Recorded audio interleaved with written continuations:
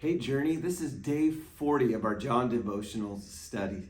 This is the end. We've arrived. Congratulations. Thank you for taking this journey with us during the season of Lent. I hope that you were blessed for your time through the book of John. I know I was. There was a lot of highlights for me throughout this study, and we're really encouraged that you were along with us.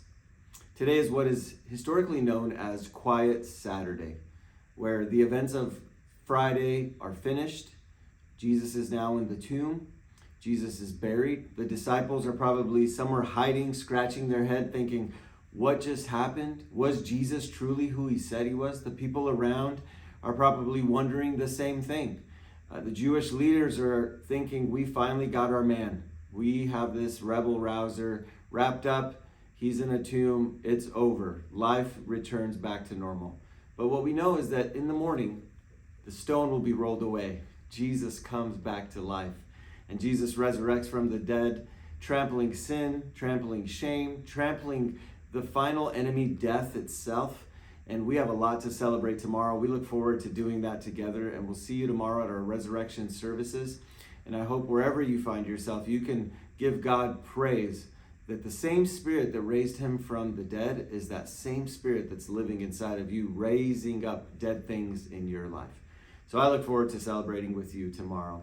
As we close out, we're looking at John chapter 21, where Jesus reinstates Peter. And it's a beautiful, beautiful section of God's goodness, of Jesus' mercy, of Jesus' love for his friend Peter. As you know, Peter was the one who walked away. Peter was the one who cast down curses, saying that he doesn't know this Jesus.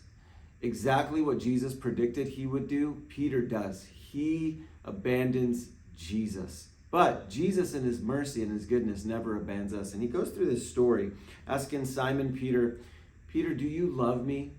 Do you truly love me? 3 times he asks him this profound thought.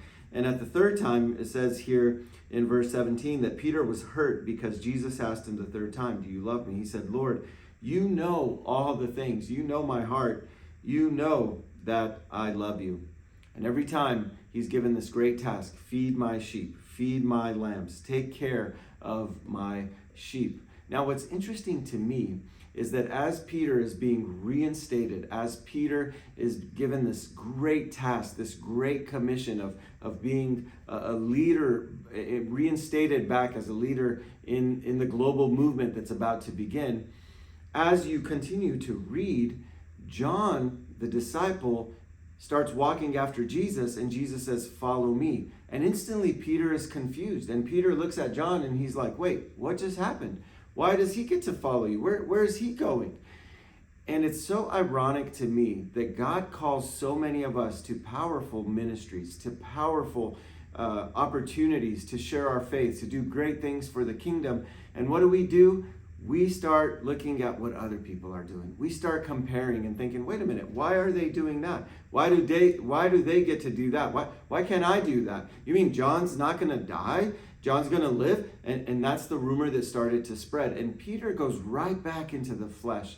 It's so interesting to me, after having this great conversation with Jesus, he's reinstated. He's put back into ministry. He's saying, hey, if you truly love me, then feed my lambs, take care of my sheep, feed my sheep.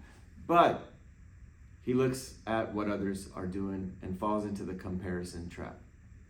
I find myself doing that a lot. I find myself looking at what others are doing. Maybe you can relate to this, where you think, man, my little thing that I'm doing here for Jesus may not be that significant. My little ministry, my little corner, my little opportunity may not be that powerful. And yet Jesus is saying, hey, be faithful to what I'm calling you to do. Don't look at what others are doing. Look at what God is calling you to do. And that's what I want to leave you with as we close this story, as we close the book of John. What is God calling you to do? In light of everything that has happened, in light of all the stories that we read, in light of everything that John has laid out for us in his book, what has God called you to do? And if he's called you to do it without looking at the right, without looking at the left. Yes, he's going to call somebody to do other things. Yes, he's going to call others to behave in other ways or do ministries overseas or have different callings. Whatever God has called you to do, be faithful to it. And I want to close with this question as Jesus asked Peter, do you love me? Do you love him? That's it.